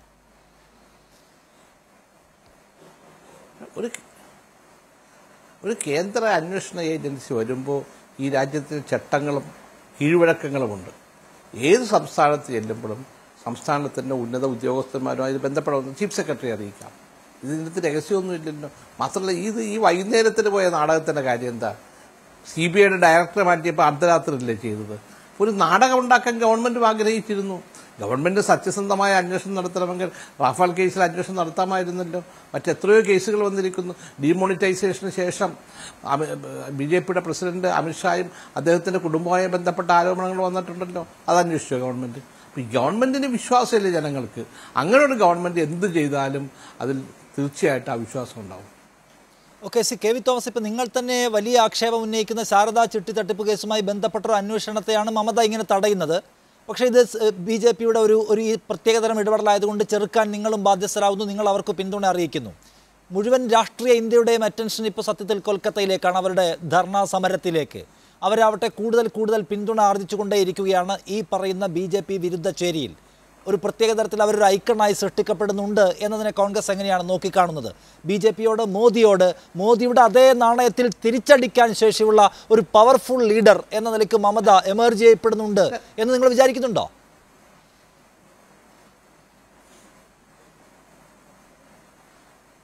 ഇത് ഈ പർട്ടിക്കുലർ കേസ് സുപ്രീം കോടതിയുടെ കുടക്കീഴിൽ നടക്കുന്ന അന്വേഷണമാണ്. അതിന് ഗവൺമെൻറ് എന്തിനാണ് ഇത്ര ധൃതി കാണിക്കുന്നത്? ഗവൺമെൻറ്റിനെ സംബന്ധിച്ചിടത്തോളം ഇപ്പോഴത്തെ CBIയുടെ ഡയറക്ടർ ഉൾപ്പെടെ ജനങ്ങൾ വിശ്വസിക്കുന്നില്ല. അവരാണ് ഈ നാടകം കാണിച്ചത്. ആ നാടകം ആരെ രക്ഷപ്പെടുത്താൻ വേണ്ടിയാ? അതുകൂടി നമ്മൾ ആലോചിക്കണം. നാടകമാണ് അവർ കാണിക്കുന്നത് എന്ന് തർക്കമില്ല, താങ്കൾ പറഞ്ഞു, ഞാൻ അംഗീകരിച്ചു. പക്ഷെ ആ നാടകത്തെ അതേ സ്വഭാവത്തിൽ തിരികെ നേരിടാൻ ശേഷിയുള്ള ഒരു നേതാവായി മമത മാറുന്നു, വലിയ പിന്തുണ ആർജിച്ചെടുക്കുന്നു എന്നതിനെ നിങ്ങൾ നോക്കിക്കാണുന്നത് എങ്ങനെയാണെന്നാണ്? അതാണ് മമതാ ബാനർജി അല്ല, CPM-നെ പോലെ താഴെത്തട്ടിൽ വേദികളുണ്ടായിരുന്ന രാഷ്ട്രീയ പാർട്ടി അവർ വലിച്ചു പുറത്തേക്ക് എറിഞ്ഞില്ലേ? അതാണ് മമതാ ബാനർജി. അതിൽ കുറെ നാടകവും അഭിനയവും ഒക്കെ ഉണ്ടാവും. പക്ഷെ അത് മമതാ ബാനർജിയാണെന്ന് നമ്മൾ മനസ്സിലാക്കണം. അവരോട് കളിക്കാൻ ചെല്ലുമ്പോൾ ശ്രദ്ധിച്ചേ പോകാൻ പാടുള്ളൂ. എടുത്തു ചാടി ചെന്നാൽ അവർ വിടത്തില്ല.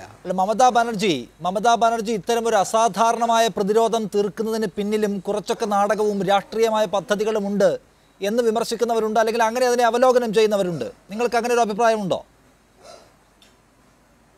ഏറ്റവും ഇന്ത്യ കണ്ടിട്ടുള്ള ഏറ്റവും വലിയ നടനാണ് നരേന്ദ്രമോദി. ആ നരേന്ദ്രമോദി എന്ന നടനെ വെല്ലുന്ന വിധത്തിലാണ് ഇപ്പോഴത്തെ മമത നിൽക്കുന്നത്. ഈ ഏറ്റവും വലിയ നാടകം കളിക്കുന്ന മുഴുവൻ നമ്മുടെ പ്രധാനമന്ത്രിയല്ലേ. നോട്ട് ഡിമോണിറ്റൈസ് ചെയ്തപ്പോൾ അദ്ദേഹത്തിന്റെ കരച്ചിലെന്തായിരുന്നു? അദ്ദേഹം 30 ദിവസം കൊണ്ട് പ്രശ്നങ്ങൾ പരിഹരിക്കുന്നില്ല ജനങ്ങളോട് പറഞ്ഞത്.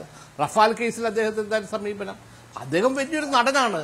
ആ നടനെ വെല്ലാൻ കഴിയുന്ന ആള് തന്നെയാണ് മമതാ ബാനർജി. അവിടെ ഇത്തരം നാടകങ്ങൾ ചെന്ന് നടക്കില്ല എന്നാണ് അവർ ബോധ്യപ്പെടുത്തിയത്. എല്ലാ കാര്യത്തിലും അവർക്ക് വലിയ പിന്തുണ എല്ലാ പാർട്ടികളിൽ നിന്നും കിട്ടുന്നു. അവരൊരു പ്രത്യേക ഐക്കണായി ഈ മൊമെന്റിൽ മാറുന്നുണ്ട് എന്നത് നിങ്ങളെ അലോസരപ്പെടുത്തുന്നൊന്നുമില്ല. ആ സാഹചര്യം എന്തിനുണ്ടാക്കി നാടകം? സുപ്രീം കോടതിയുടെ കീഴിൽ നടക്കുന്ന ഒരു കേസിൽ എത്രയോ സൂക്ഷിച്ച് എത്ര മാർഗങ്ങളുണ്ടായിരുന്നു. ഈ നാടകം കാണിക്കുന്നതിന് പകരം എത്രയോ മാർഗങ്ങളുണ്ടായിരുന്നു. സുപ്രീം കോടതി പറയായിരുന്നല്ലോ ഈ ഗവൺമെന്റ് സഹകരിക്കുന്നില്ല. അതൊന്നും ചെയ്തില്ലല്ലോ. ഒരു ഗവൺമെന്റുമായി ബന്ധപ്പെട്ട് പ്രത്യേകിച്ച് അവിടുത്തെ പോലീസ് കമ്മീഷണർ കൽക്കട്ടയിലെ അദ്ദേഹവുമായി കൈകാര്യം ചെയ്യുന്ന സന്ദർഭത്തിൽ കേന്ദ്ര ഗവൺമെന്റും CBIയും കുറെ കൂടി ശ്രദ്ധിക്കേണ്ടതായിരുന്നില്ലേ? മാത്രമല്ല CBIയുടെ സത്യസന്ധത പോയി, ക്രെഡിബിലിറ്റി പോയ ഒരു CBI ചെന്നിട്ട് എന്താ കാര്യം?